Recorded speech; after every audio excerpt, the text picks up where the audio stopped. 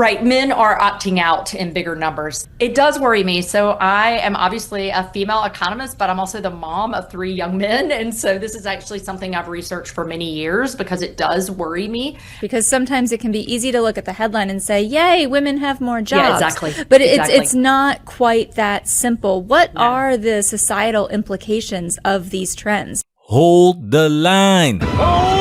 Hold the freaking line.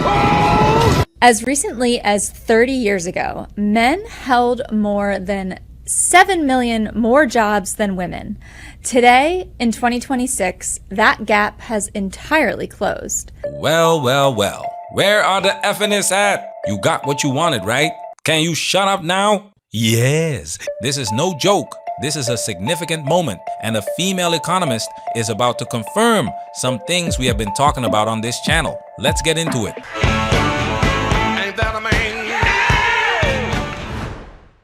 So you and your team at Indeed have been analyzing the data. You've been looking at the gender breakdown of the labor force and the labor force participation rate for quite some time. And the gender gap has been closing, but something notable happened just this February. Can you explain what's going on?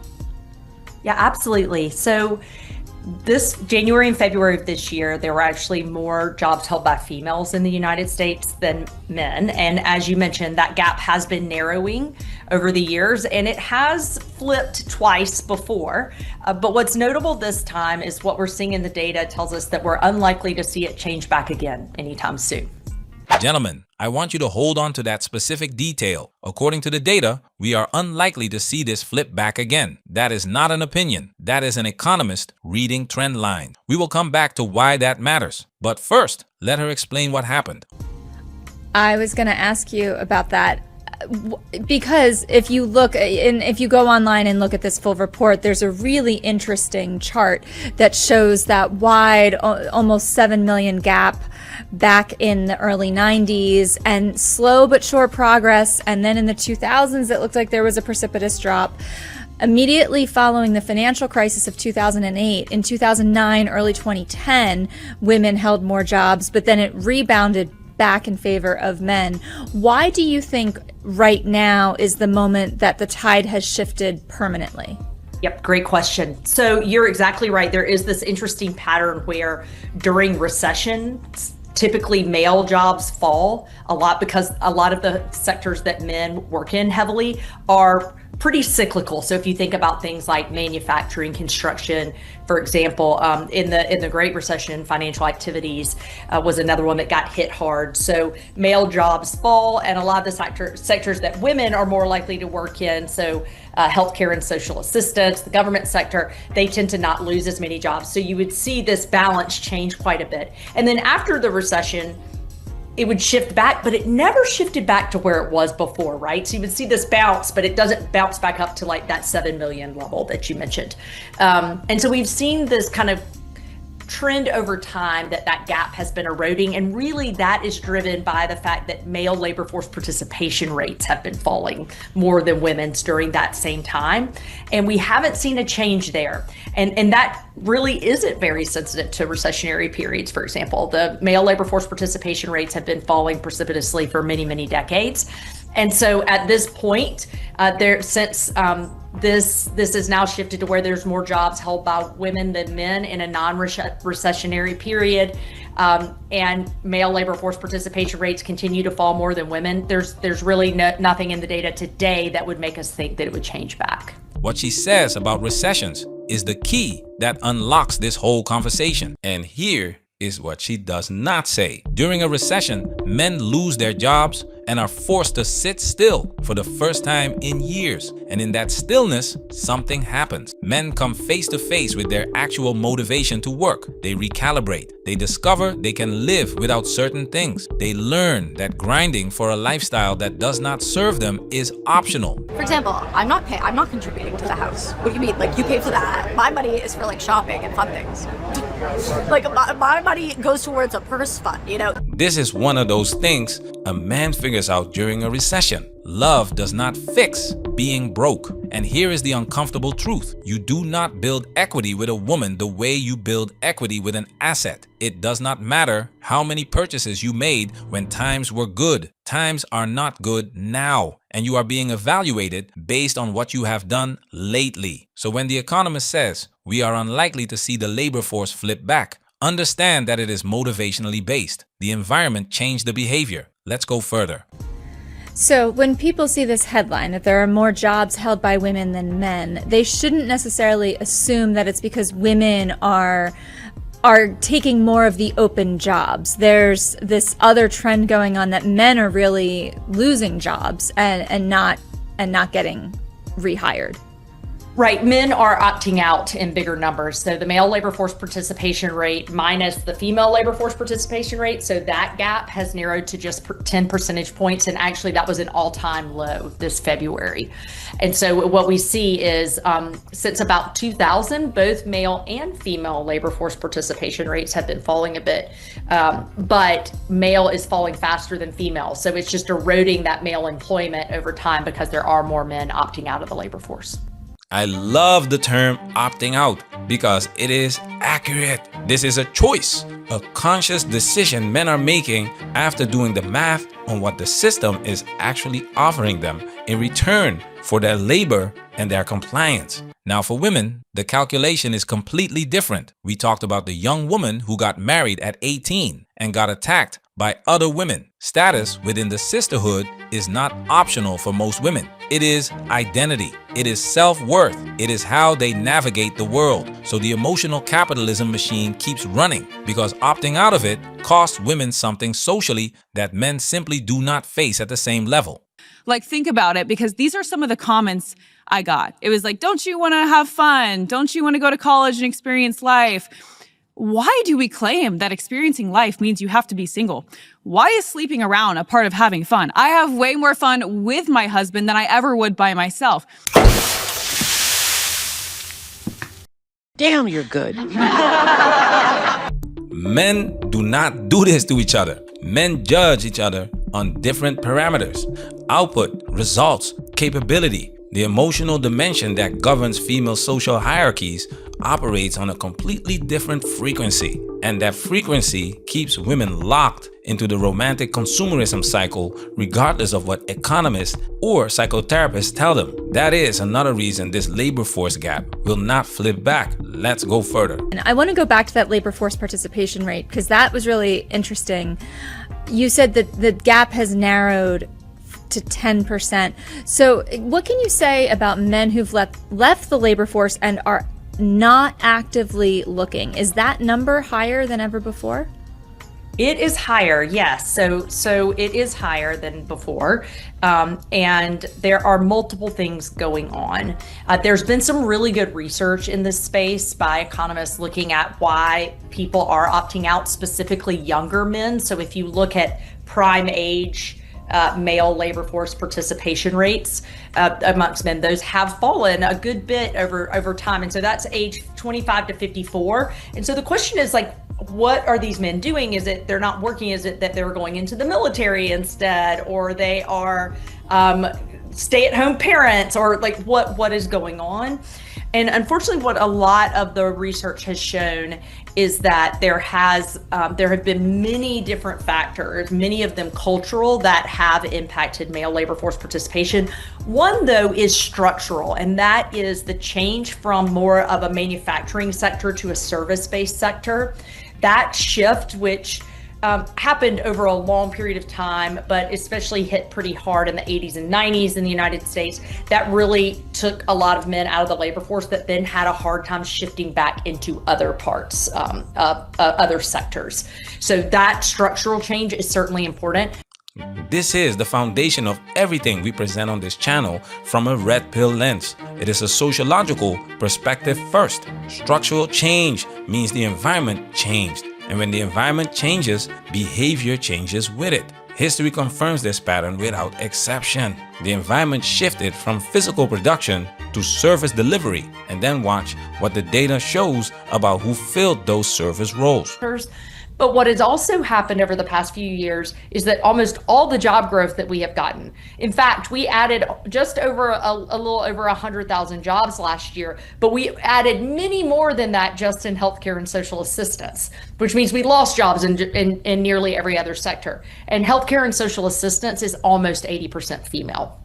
Social assistance jobs. Think about that for a moment. Can you imagine a time when those jobs did not exist at the scale they exist today? Women entered the workforce in massive numbers precisely when service sector roles became available. And the timing of what followed is not coincidental. Divorce rates accelerated significantly once women had economic independence from the household unit. That pattern repeats across cultures and economies globally. The behavior follows the structure every time.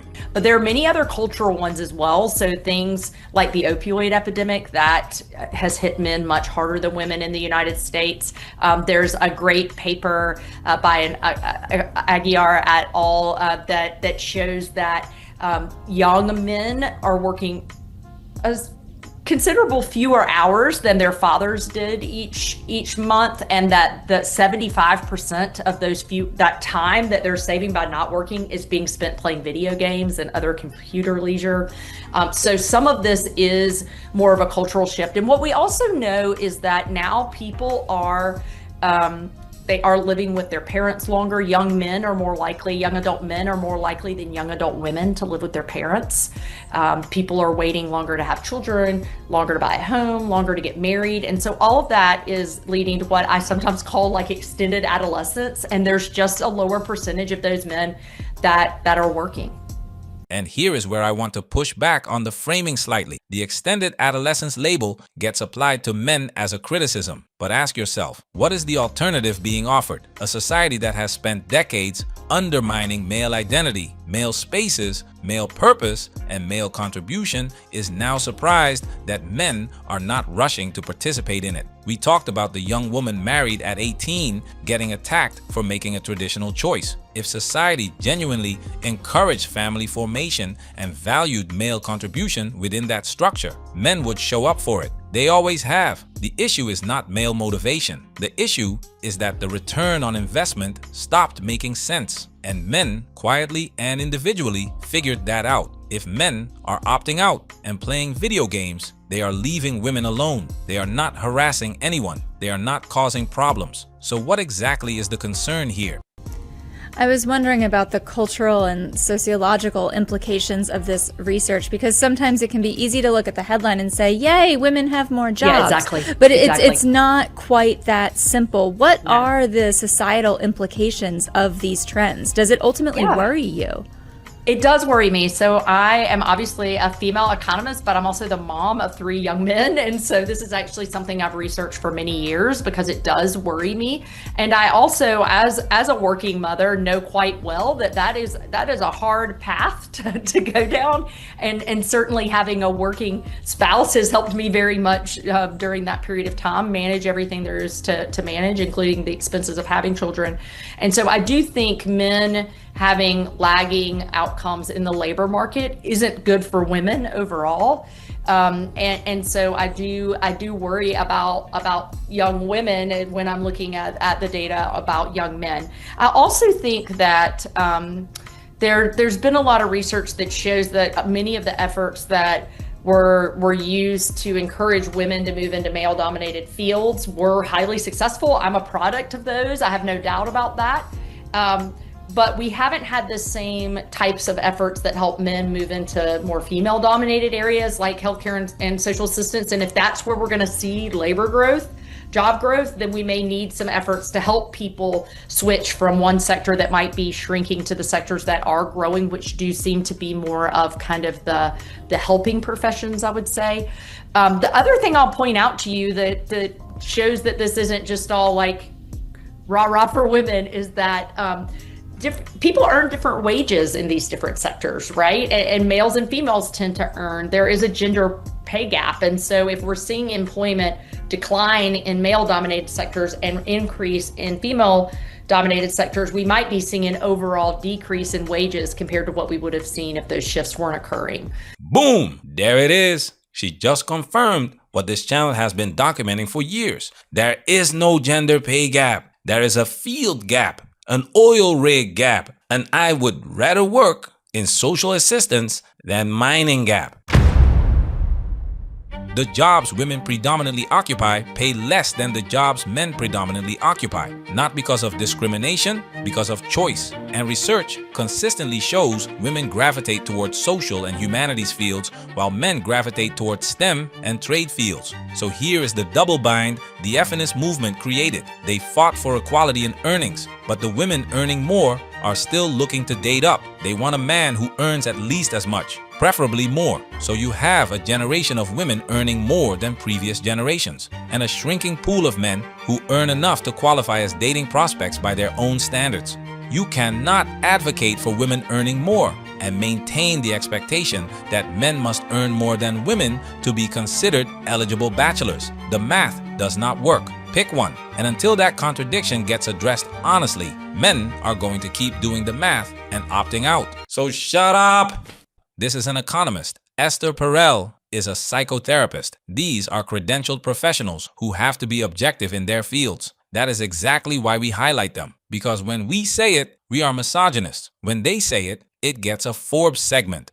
Oh, I think there are tremendous cultural, societal, political implications of these trends, especially if they persist in the long term. It both explains some of the surveys we've seen around time use, around political views, but it also could portend future divisions between men and women. I want to go back to the point that you made about financial services and business services. I know it's early in the year. We don't have the full picture of 2026 on a private sector hiring basis, but we have been talking nonstop about the effect of AI on the workforce. And when you say that women have left jobs in financial services and business services, I wonder, both for men and women, are you able to say anything about the effect of AI in this data? Yeah, this is a great question. We get asked this a lot, and really in R&D data, it is difficult for us to see much direct impact from AI anywhere outside of the tech sector. However, what I will say though is, and what I mean by that is we don't see growth in like AI jobs and then decreases maybe just in junior roles or any patterns like that outside of tech. However, what I do think we can say is that companies have heavily invested in technology, specifically AI, and they're leaning into those investments. And in economics, we talk a lot about the trade-off between capital spending and spending on labor, right? And so if you're increasing how much you're spending on capital, which includes AI, then the natural trade-off to that, unless you're going to increase your budget overall, is to spend less on labor. And so I think that's why we're seeing some roles get cut at organizations, or companies just not hiring as many people as they would have hired otherwise. But it's very difficult right now to attribute any of that in the data that we see to AI doing those jobs instead of people. I think right now this is more of kind of like a business investment decision. Easy prediction. Yes, AI will take jobs and the process will only accelerate. The United States offshored manufacturing decades ago because cheaper labor made business sense. What do you think happens when a machine can do that same work for a fraction of the cost of even the cheapest human labor? Businesses make business decisions. They already demonstrated they will prioritize cost over community when they shipped manufacturing overseas. AI is simply the next iteration of that same logic. Follow the money. It has never pointed anywhere else. And those boys the Economist is concerned about, the ones playing video games in their parents' basements in a state of extended adolescence. They are going to be playing with AI companions, building lives that the current system told them they were not qualified for, finding purpose outside of a labor market that stopped valuing them and a dating market that stopped seeing them. And there is genuinely nothing the current system can do to stop it, because it built the conditions that made it inevitable. Listen to all, follow none. Steady treated, we get tricked. Steady kisses, we get kicked. It's a hard knock life. Man, that's where we working. Protect yourself at all times. This video has officially been highlighted.